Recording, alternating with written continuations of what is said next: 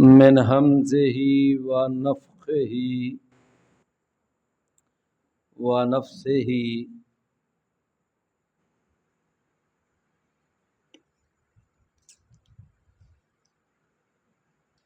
فإن أعرضوا فقل أنذرتكم صاعقة مثل صاعقة عاد وثمود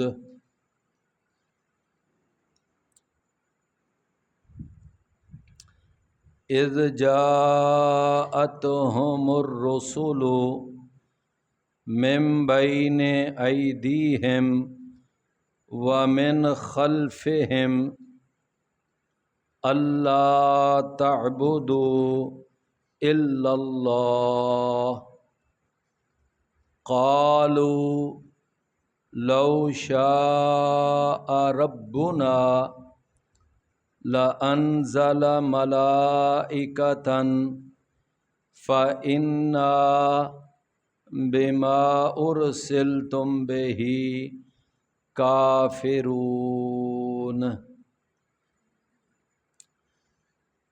فإن أعرضوا پھر اگر وہ اعراض کریں، رو گردانی اختیار کریں، فَقُلْ تو آپ فرما دیجئے اے نبی کریم صلی اللہ علیہ وسلم،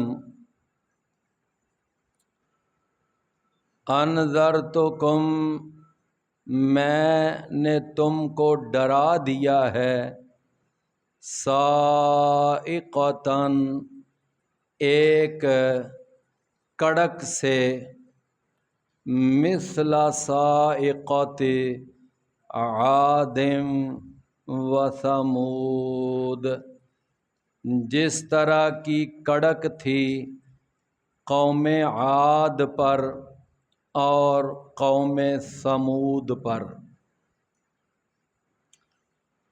اذ جاءتہم الرسل جب آئے ان کے پاس رسول، من بین ایدیہم ومن خلفہم ان کے آگے سے اور ان کے پیچھے سے، اللہ تعبدوا الا اللہ کہ نہ تم عبادت کرو مگر اللہ تعالی کی۔ قالوا تو انہوں نے کہا، لو شاء ربنا اگر چاہتا ہمارا رب، لَأَنزَلَ مَلَائِكَةً یقیناً وہ اتار دیتا فرشتوں کو، فَإِنَّا پس بے شک ہم، بِمَا أُرْسِلْتُمْ بِهِ اس کا جس کے ساتھ تم بھیجے گئے ہو، کافرون انکار کرنے والے ہیں۔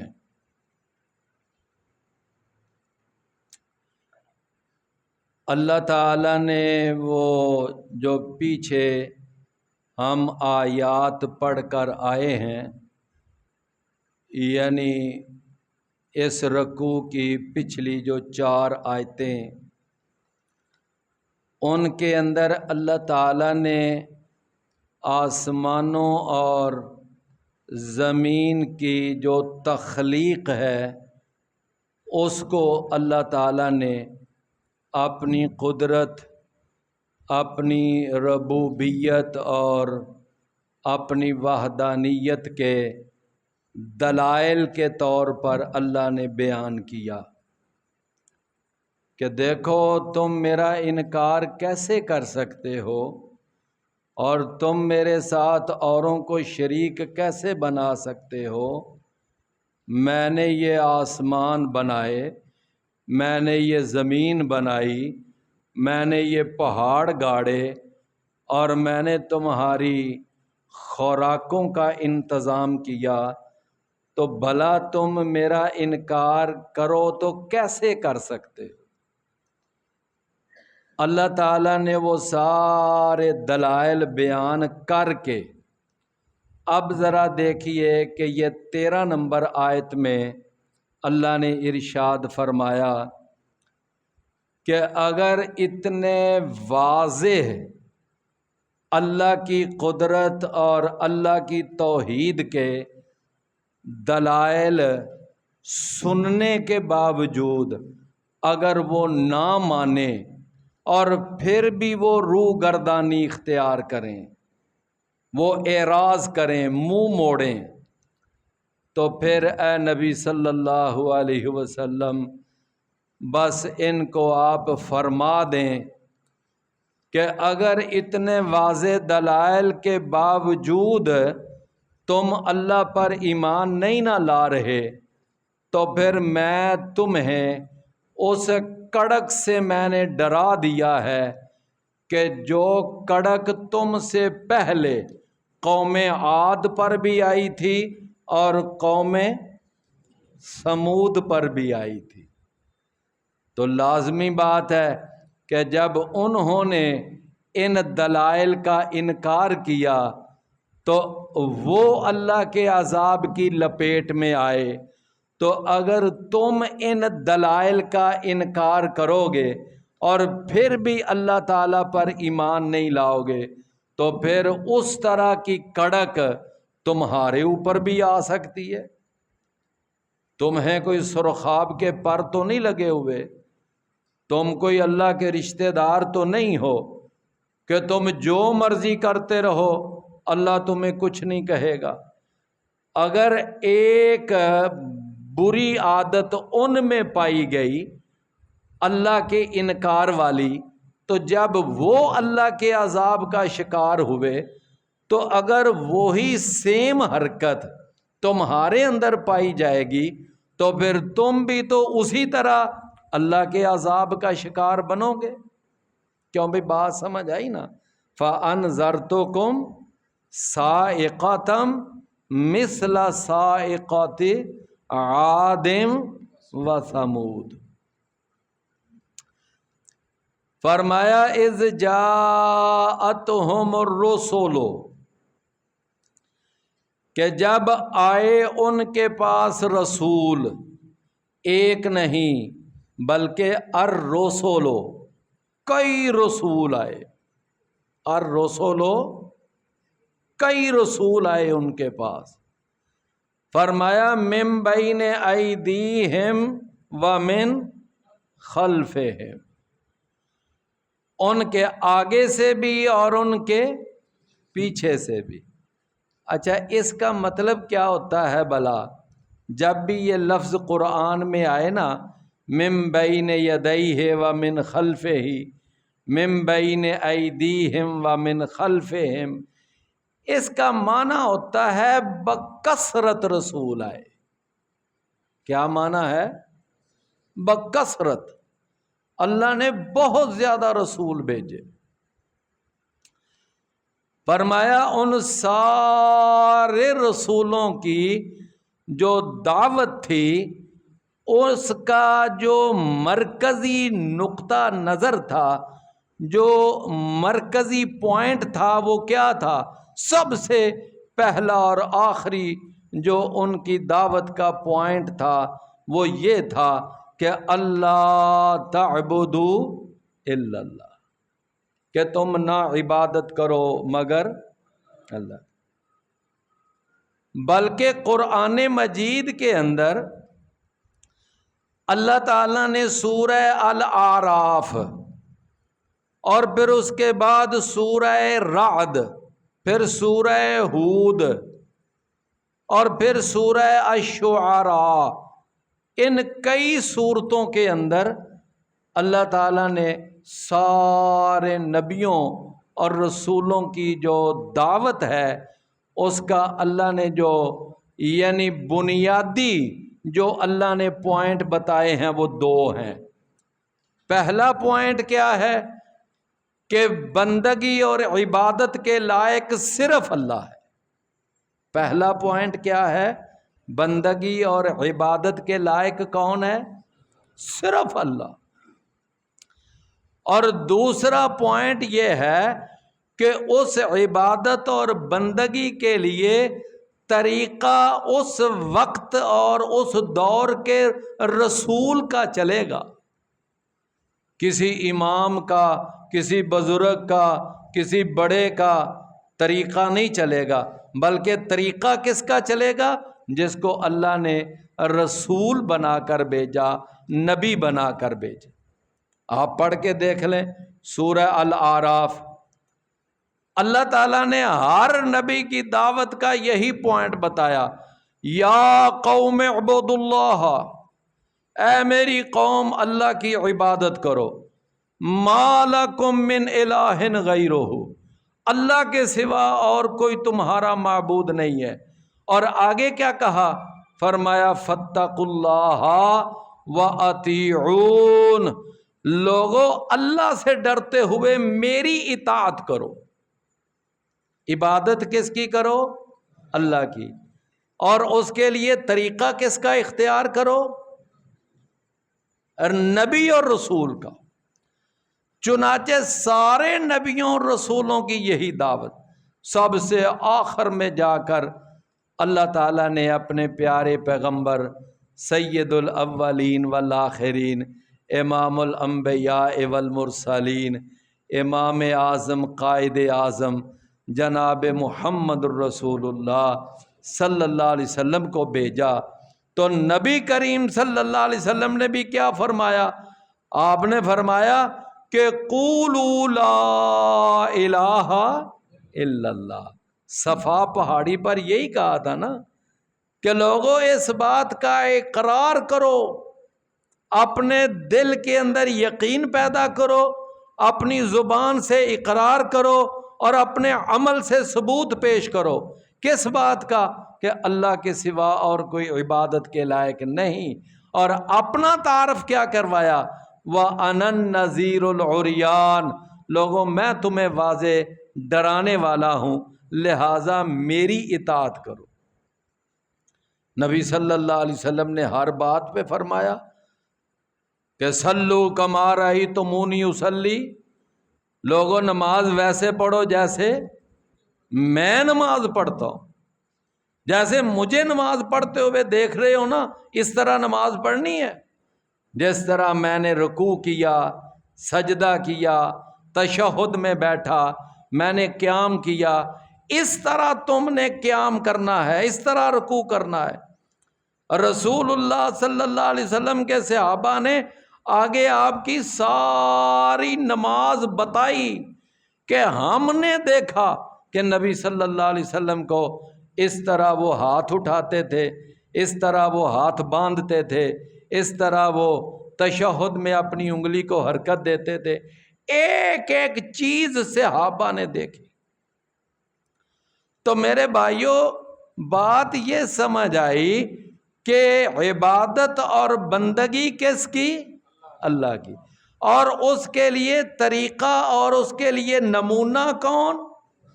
محمد، نبی اور رسول۔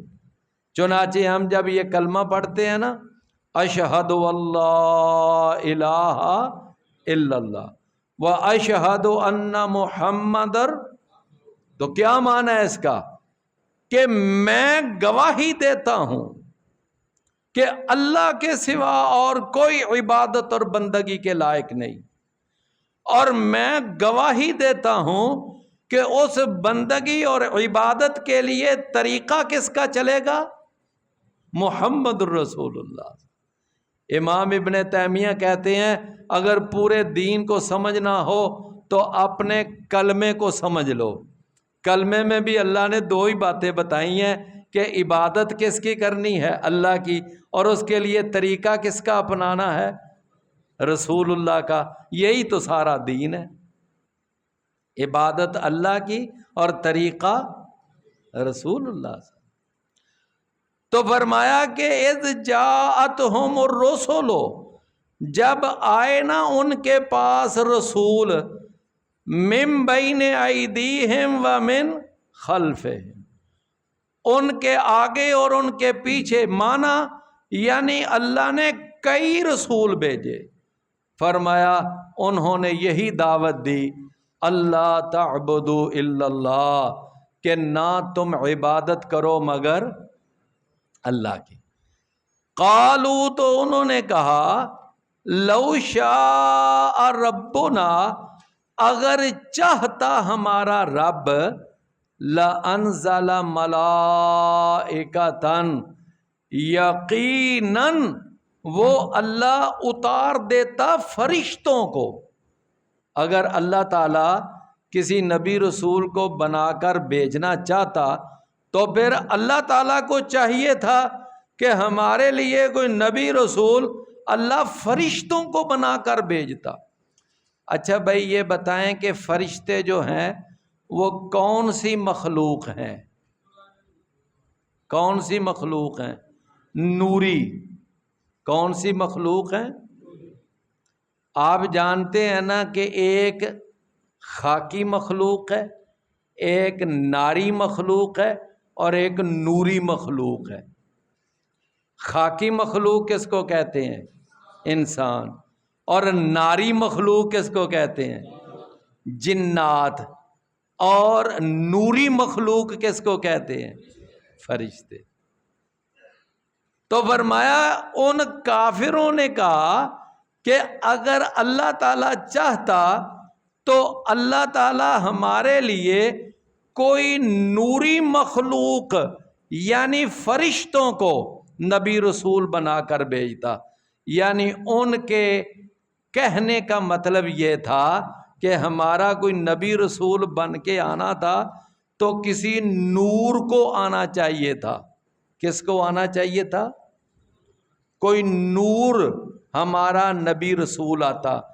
تم تو ہماری طرح کے انسان ہو، تم ہماری طرح کے تو بشر ہو، تم ہماری طرح کھانا کھاتے ہو، ہماری طرح پانی پیتے ہو، ہماری طرح شادیاں کرتے ہو، ہماری طرح تمہارا رہنا سہنا ہے، سارا نظام زندگی۔ ہم تم کو نبی مانے تو کیسے مانے؟ اللہ تعالیٰ نے نا ایک جگہ اس سوال کا بڑا ہی پیارا جواب دیا۔ پتہ ہے کیا؟ توجہ ہے۔ اللہ نے فرمایا اے نبی ان کو بتاؤ کہ اگر ہم کسی فرشتے کو بھی اگر ان کے پاس رسول بنا کر بھیجتے تو ہم نے اس کو بھی تو کسی انسانی شکل میں ہی بھیجنا تھا۔ کیا بات سمجھے؟ او بھائی فرشتہ نظر آتا ہے بندے کو؟ نہیں نہ آتا۔ تو اگر اللہ نے کسی فرشتے کو بھی رسول بنا کر بھیجنا تھا تو کس کو بنا کر بھیجنا تھا؟ انسان کو ہی بنانا تھا، انسانی شکل میں ہی آنا تھا نا اسے۔ تو اللہ نے فرمایا کہ ان کا اعتراض تو پھر بھی برقرار رہنا تھا، تو پھر مسئلہ تو حل نہ ہوا۔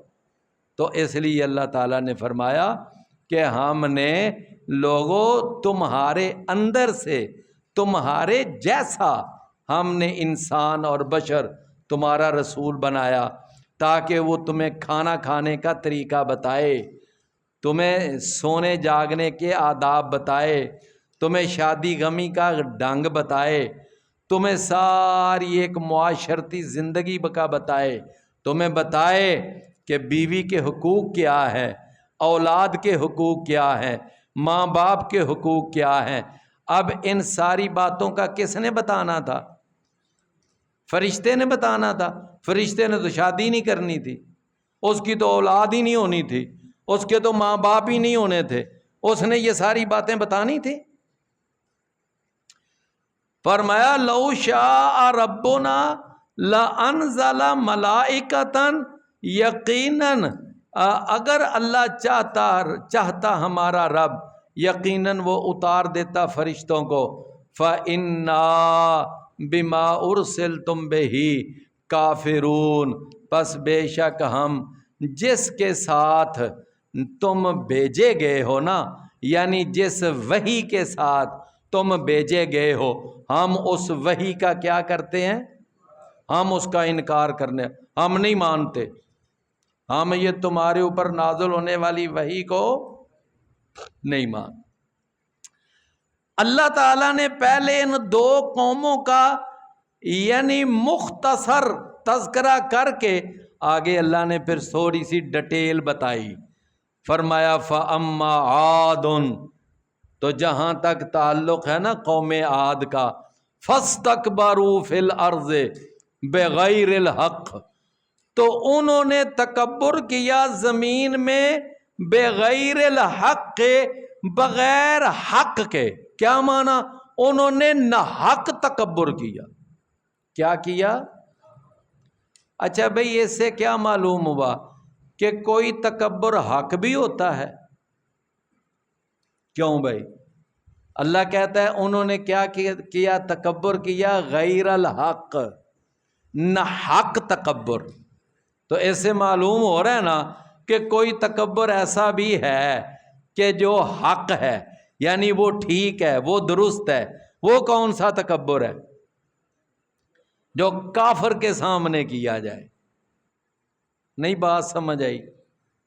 رسول اللہ صلی اللہ علیہ وسلم کے ایک صحابی ہیں، غزوہ احد ہے، ایک طرف کافر کھڑے ہیں ایک طرف مسلمان ہیں، تو ایک صحابی اٹھے ابو دجانہ رضی اللہ عنہ، تو انہوں نے نا اپنے سر پہ ایسے ایک سرخ رنگ کی پٹی باندھی، اور صحابہ کہتے ہیں ہمیں پتہ تھا کہ جب ابو دجانہ ایسے سرخ رنگ کی پٹی باندھ لیتے تھے نا سر پہ، تو سمجھ آ جاتی تھی کہ آج ابو دجانہ نا بڑی بہادری سے لڑے گا، آج یہ اپنی بہادری کے جوہر دکھائے گا۔ واقعتاً بڑے جنگجو تھے ابو دجانہ رضی اللہ عنہ۔ رسول اللہ صلی اللہ علیہ وسلم نے نا جنگ سے پہلے فرمایا کہ یہ میری تلوار ہے اور کون ہے جو آج اس کا حق ادا کرے؟ تو اب صحابہ نا ایک دفعہ ذرا دبک گئے کہ پتہ نہیں اب اس تلوار کا حق کیا ہے۔ تو اب جناب ابو دجانہ آگے بڑھے، کہنے لگے اللہ کے رسول مجھے دیں یہ تلوار۔ تلوار لے کر پوچھا کہ اللہ کے رسول کیا حق ہے اس تلوار کا؟ فرمایا ابو دجانہ اس کا حق یہ ہے کہ آج یہ تلوار ایسی بہادری سے چلا اور اس تلوار کے ساتھ کافروں کی کھوپڑیاں اڑا، یہاں تک کہ اس تلوار کو دندانے پڑ جائیں۔ کیا پڑ جائیں؟ دندانے پڑ جائیں۔ ابو دجانہ کہتے ہیں بس اللہ کے رسول اب مجھے دے دیں تلوار۔ تو پھر وہ تلوار پکڑی اور سرخ پٹی باندھی، تو وہ ان صفوں کے درمیان ایسے اکڑ اکڑ کے چل رہے ہیں جناب، ایسے بڑے بڑے قدم اور سینہ پھیلا کے۔ وہ آپ جانتے ہیں نا کہ جب ہم طواف کرتے ہیں تو طواف کے پہلے 3 چکر کیسے لگاتے ہیں؟ وہ پتہ ہے کیوں لگاتے ہیں؟ اس لیے کہ جب آپ عمرہ کرنے کے لیے تشریف لائے تھے نا، تو اس وقت مشرک سامنے پہاڑیوں پر بیٹھے ہوئے تھے، اور وہ دیکھ کر کہہ رہے تھے او ان مسلمانوں نے ہمارے ساتھ لڑنا ہے، یہ مسلمان ہمارے ساتھ جن سے چلا ہی نہیں جا رہا۔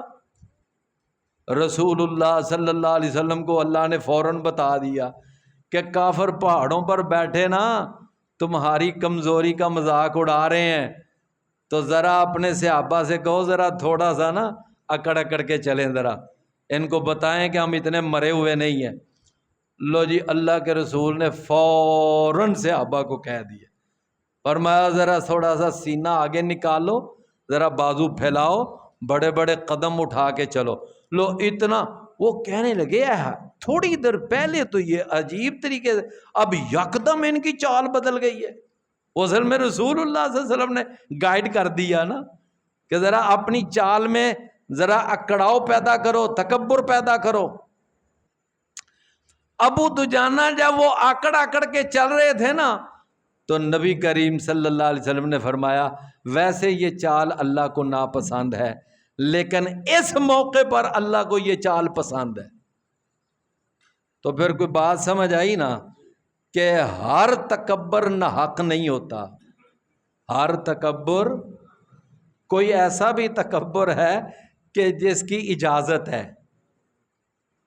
کیوں بھائی؟ ہر جھوٹ بولنا تو ناجائز نہیں نا، کوئی جھوٹ ایسا بھی تو ہے نا جس کی اجازت ہے۔ وہ کون سا جھوٹ ہے بھلا؟ وہ صلح کروانے کے لیے جھوٹ بولنا، کافر کو دھوکہ دینے کے لیے جھوٹ بولنا، یہ جائز ہے۔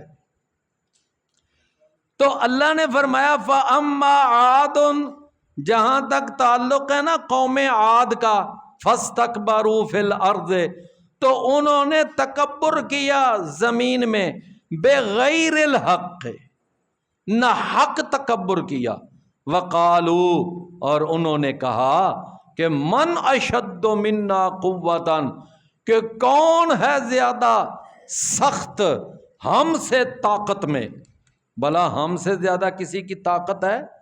ہمارے اتنے بڑے بڑے قد، ہمارے اتنے چوڑے چوڑے سینے، ہمارے اتنے بڑے بڑے مضبوط بازو، بھلا ہم سے زیادہ کوئی طاقتور ہے؟ ہم سے بھی کوئی بڑا پہلوان ہے؟ اللہ اکبر۔ اور میرے بھائیوں، یہ بڑا بول بولا تھا انہوں نے۔ اللہ تعالیٰ نے فرمایا، اللہ نے فرمایا کہ اولم یرو، کیا انہوں نے نہیں دیکھا، احمقوں نے، بے وقوفوں نے، عقل کے اندھوں نے، انہیں اتنی بھی بات سمجھ نہیں آئی کہ تمہیں تو آج اپنے بڑے بڑے لمبے اور اونچے قد کاٹھ پہ بڑا ناز ہے، اپنے چوڑے سینوں پہ بڑا ناز ہے، اپنے مضبوط بازوؤں پہ بڑا ناز ہے، تو یہ تو بتاؤ کہ جس نے تم جیسے طاقتوروں کو پیدا کیا ہے وہ خود کتنا بڑا طاقتور ہوگا۔ اولم یرو ان اللہ الذی خلقہم هو اشد منہم قوہ، وہ ان سے زیادہ ہے قوت میں۔ اللہ اکبر۔ پتہ ہے نا فرعون نے کہا تھا انا ربکم الاعلی، اللہ، یہ اس نے دعویٰ کیا تھا۔ تو پھر اللہ نے اس ظالم کا، اس بے ایمان کا حشر کیا کیا؟ اللہ نے غوطے دے کر مارا اس کو بحر قلزم میں، کہ یہ تھا جو اپنے آپ کو خدا سمجھتا تھا۔ تو اللہ نے فرمایا کہ کیا انہوں نے دیکھا نہیں کہ جس اللہ نے ان کو پیدا کیا ہے وہ ان سے زیادہ ہے سخت طاقت میں۔ اچھا، انسان کے اوپر کتنی حالتیں آتی ہیں بتاؤ ذرا، کتنی حالتیں آتی ہیں؟ 3۔ کتنی حالتیں؟ ایک بچپن، ایک جوانی اور ایک بڑھاپا۔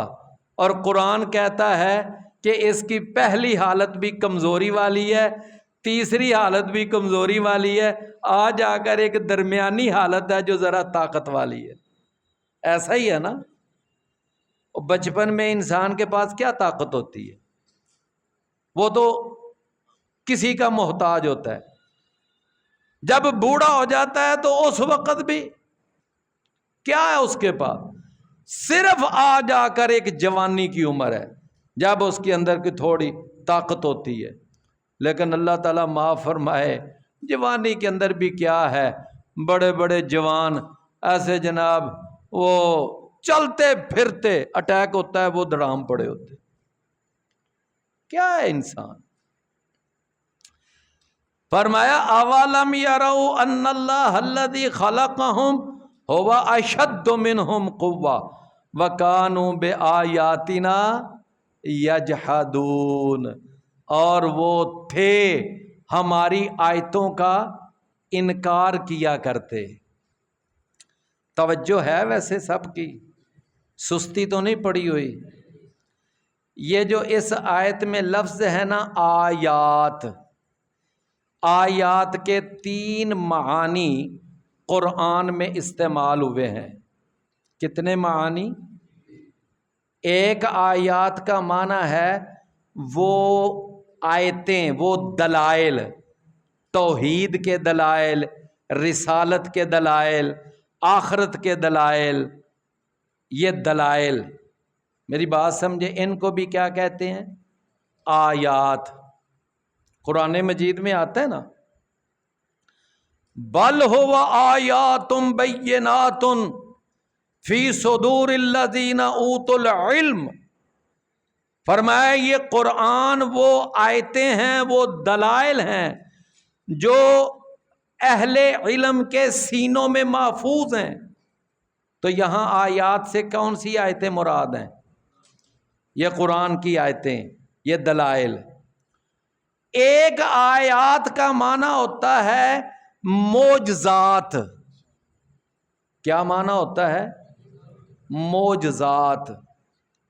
اللہ تعالیٰ نے فرمایا کہ ہم نے موسیٰ علیہ السلام کو 9 معجزات دیے، اور وہاں کیا فرمایا؟ 9 آیات، کہ ہم نے کتنے معجزات دیے؟ 9۔ تو وہاں معجزات کے لیے کیا لفظ استعمال ہوا؟ آیات۔ تو آیات کا پہلا معنی کیا ہے؟ دلائل۔ دوسرا معنی کیا ہے؟ معجزہ۔ تیسرا معنی کہ یہ جو کائنات ہے نا، اس کائنات کے اندر وہ پھیلی ہوئی اللہ کی قدرت کی جو نشانیاں ہیں، ان نشانیوں کو بھی آیات کہتے ہیں۔ کوئی بات سمجھ آئی ہے؟ دوسرا پارا اللہ نے 8 چیزوں کا تذکرہ کیا۔ ان فی خلق السماوات والارض واختلاف اللیل والنہار والفلک التی تجری فی البحر بما ينفع الناس وما انزل اللہ من السماء من ماء فاخرج به من الثمرات رزقا لکم وبث فیہا من کل دابہ وتصریف الریاح والسحاب المسخر بین السماء والارض۔ یہ 8 چیزیں بیان کر کے آگے اللہ نے فرمایا ان فی ذالک لآیات لقوم یعقلون۔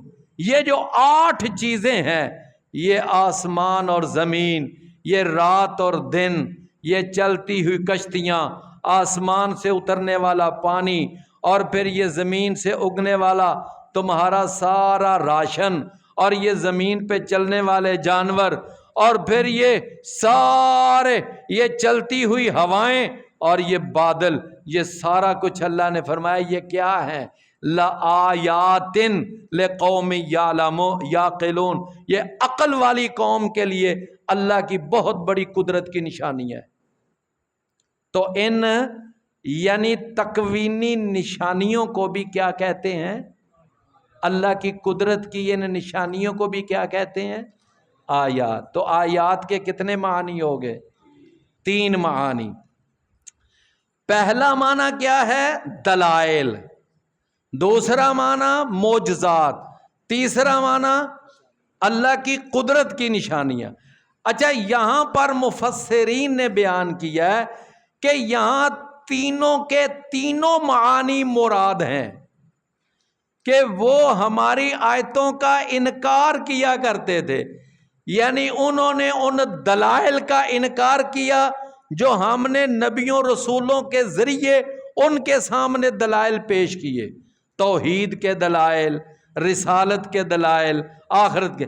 پھر انہوں نے ان معجزات کا بھی انکار کیا جو ہم نے نبیوں رسولوں کے ذریعے معجزات ان کو دکھائے۔ پھر انہوں نے ان قدرت کی نشانیوں کا بھی انکار کیا۔ تو سمجھ، تو تینوں معانی یہاں پر کیا ہیں؟ مراد۔ فرمایا پھر کیا ہوا؟ فَأَرْسَلْنَا عَلَيْهِمْ رِيحًا، تو ہم نے بھیجا ان پر ایک ہوا کو، سرسرن، بڑی تیز و تند ہوا، بڑی تیز و تند ہوا۔ اللہ، یہ سر اس ہوا کو کہتے ہیں جس کے اندر بیک وقت 2 چیزیں ہوں۔ ایک تو اس کے اندر جب وہ چلے تو اس میں بڑی سخت آواز پیدا ہو. کبھی آپ نے دیکھا آواز چلتی ہے تو ایسے اس میں ایک شوکر سی پیدا ہوتی ہے. نمبر 2، اس ہوا کو ریحن سرسرن کہتے ہیں، جو بڑی ٹھنڈی ہوا ہو، سرد ہوا. بھئی بات سمجھ آئی نا؟ اس کو کیا کہتے ہیں؟ ریحن سرسارا. تو اللہ نے یہ آندھی، یہ سخت ہوا اللہ نے قوم عاد پر بھیجی. فرمایا کہ فی ایام ناحسات، فرمایا منحوس دنوں میں. کن دنوں میں؟ اور وہ کتنے دن تھے؟ 8 دن اور 7 راتیں. کتنے؟ 8 دن اور سخرہا علیہم 7 لیال و 8 ایام. سورہ الحاقہ. فرمایا کتنے دن وہ آندھی چلی؟ 7 راتیں اور 8 دن. اچھا، اب وہ جو 8 دن تھے کیا وہ منحوس تھے؟ منحوس دن تھے؟ نہیں، وہ منحوس ان کافروں کے لیے تھے. اس وقت جو اہل ایمان تھے یا اس وقت کا جو نبی تھا، وہ دن کیا ان کے لیے بھی منحوس تھے؟ کیوں بھائی؟ نہیں نا. اچھا یہ بتائیں، بدر کا دن وہ اہل مکہ کے لیے تو شکست کا دن تھا، ان کے لیے تو وہ غم کا دن تھا، لیکن مسلمانوں کے لیے کیا تھا؟ وہ تو خوشی کا دن تھا. نہیں سمجھ آئی بات کی؟ فرمایا کہ فَأَرْسَلْنَا عَلَيْهِمْ رِيحًا صَرْصَرًا. تو کوئی وقت، کوئی دن، کوئی ہفتہ، کوئی مہینہ، کوئی چیز وہ اپنی ذات میں منحوس نہیں ہوتی. کوئی سمجھ آئی یہ بات؟ اصل میں وہ انسان کے اپنے گناہ اور انسانوں کی اپنی کرتوتیں ہوتی ہیں جن کی وجہ سے اللہ کی طرف سے سزا کا کوڑا برستا ہے، تو وہ سمجھتے ہیں کہ یہ دن منحوس ہے. حالانکہ وہ دن منحوس نہیں ہوتا، منحوس ان کے اپنے گناہ ہوتے ہیں. کیوں بھئی؟ منحوس ان کے اپنے. کفار مکہ کو سزا ملی تو کس لیے؟ کہ وہ 17 رمضان کا دن منحوس تھا؟ نہیں، بلکہ ان کا اپنا کفر اور شرک جس کی وجہ سے ان کو سزا ملی وہ منحوس تھا. فی ایام ناحسات لنذیقہم عذاب الخزی فی الحیات الدنیا، تاکہ ہم ان کو چکھائیں وہ رسوائی والا عذاب فی الحیات الدنیا، دنیا کی زندگی میں، دنیا کی. اللہ اکبر. ولا عذاب الآخرت اخزا، اور یقیناً آخرت کا عذاب جو ہے وہ تو سب سے زیادہ رسوائی والا ہے. وَهُمْ لَا يُنصَرُونَ، اور وہ مدد نہیں کیے جائیں گے. وَأَمَّا ثَمُودُ، اور جہاں تک تعلق ہے قوم سمود کا، فَهَدَيْنَاهُمْ، پس ہم نے ان کو ہدایت دی. کیا معنی؟ ہم نے ان کے لیے ہدایت کا بندوبست کیا. کیا بندوبست کیا اللہ نے ان کے لیے؟ اللہ نے ان کے پاس صالح علیہ السلام کو بھیجا، اور جب انہوں نے معجزہ مانگا تو اللہ نے ان کو اونٹنی کی شکل میں معجزہ بھی دے دیا. اللہ تعالیٰ نے ان کے لیے ہدایت کا مکمل بندوبست کیا. اور جناب صالح علیہ السلام نے رات دن ایک کر کے بڑی محنت کی کہ یہ لوگ سیدھی راہ پر آ جائیں، لیکن وہ نہیں سیدھی راہ پر. فَهَدَيْنَاهُمْ، پس ہم نے ان کو ہدایت دی. فَاسْتَحَبُّ الْعَمَىٰ، پس انہوں نے پسند کیا اندھے پن کو، اندھا رہنے کو، عَلَى الْهُدَىٰ، ہدایت پر. یعنی انہوں نے کہا کہ ہمیں اس ہدایت کی ضرورت نہیں، ہمیں جاہل رہنا، بے ہدایتے رہنا، مشرک اور کافر رہنا ہمیں زیادہ پسند ہے۔ بھئی بات سمجھ آئی ہے؟ فَاسْتَحَبُّ الْعَمَىٰ عَلَى الْهُدَىٰ فَأَخَذَتْهُمْ صَاعِقَةُ الْعَذَابِ، پھر پکڑ لیا ان کو عذاب کی کڑک نے۔ صاعقہ، اوپر کیا لفظ استعمال ہوا تھا؟ انذرتکم صاعقۃ مثل صاعقۃ عاد۔ اب آگے اللہ نے جہاں رکوع مکمل کیا پھر وہی لفظ فَأَخَذَتْهُمْ صَاعِقَةُ الْعَذَابِ، تو پکڑ لیا ان کو عذاب کی کڑک، رسوا کن عذاب کی کڑک نے، بما کانوا یکسبون، اس وجہ سے کہ وہ جو اعمال کیا کرتے تھے۔ تو یہ قوم عاد کس طرح تباہ ہوئی، بات سمجھ آئی ہے؟ ان پر آندھی آئی تھی۔ کتنے دن آئی تھی؟ 8 دن اور 7 راتیں۔ اور جب انہوں نے اپنے دروازے بند کیے، کھڑکیاں بند کی، میرے بھائیوں اتنی سخت آندھی تھی کہ ان کے دروازے کھڑکیاں توڑ کر وہ اندر گئی، اور اس ہوا نے ان بڑے بڑے لمبے قد والوں کو اندر سے اٹھا کر باہر پٹخ مارا۔ اور جب ان کی لاشیں پڑی ہوئی تھی نا، تو قرآن کہتا ہے ایسے ان کی لاشیں پڑی ہوئی تھی جیسے کھوکھلی کھجوروں کے تنے ہیں، کھوکھلی کھجوروں کے تنے ہیں، اس طرح وہ پڑے ہوئے تھے، لمبے لمبے قد۔ اچھا، یہ ان پر آندھی آئی۔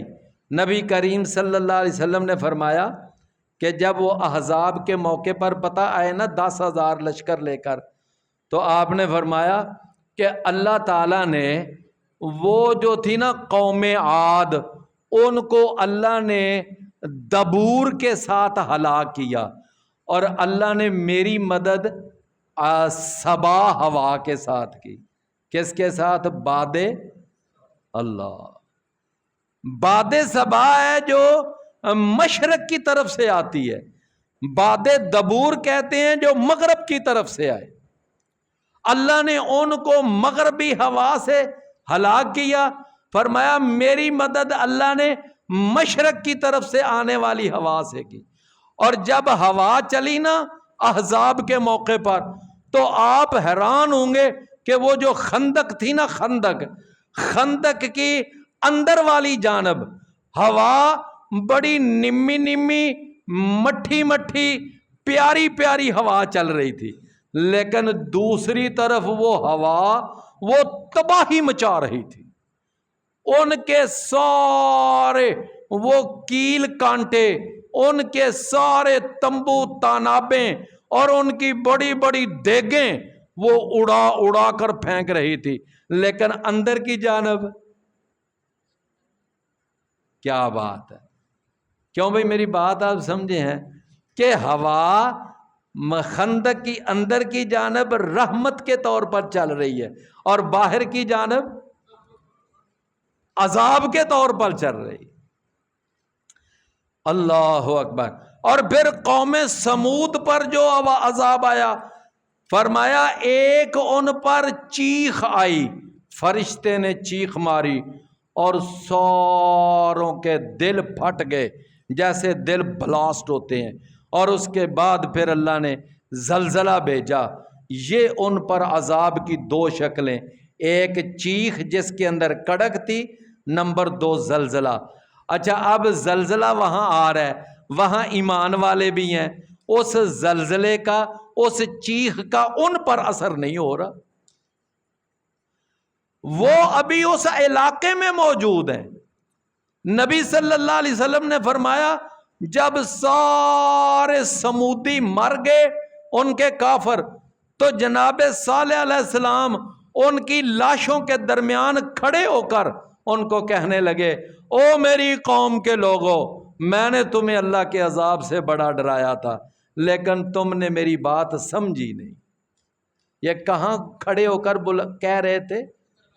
اس کا مطلب ہے کہ وہ نکلے تو نہیں تھے ابھی وہاں سے، ابھی وہ اسی علاقے میں تھے، اس علاقے میں ہونے کے باوجود وہ کڑک، وہ چیخ، وہ زلزلہ، وہ ایمان والوں پر اور نبی پر ذرا بھی اثر نہیں کر رہا، لیکن کافروں کی تباہی مچا رہا ہے۔ کوئی بات آپ سمجھیں، احزاب کے موقع پر ہوا چلی تو کن کے اوپر تباہی لائی؟ مسلمانوں کے اوپر تو تباہی نہیں آئی۔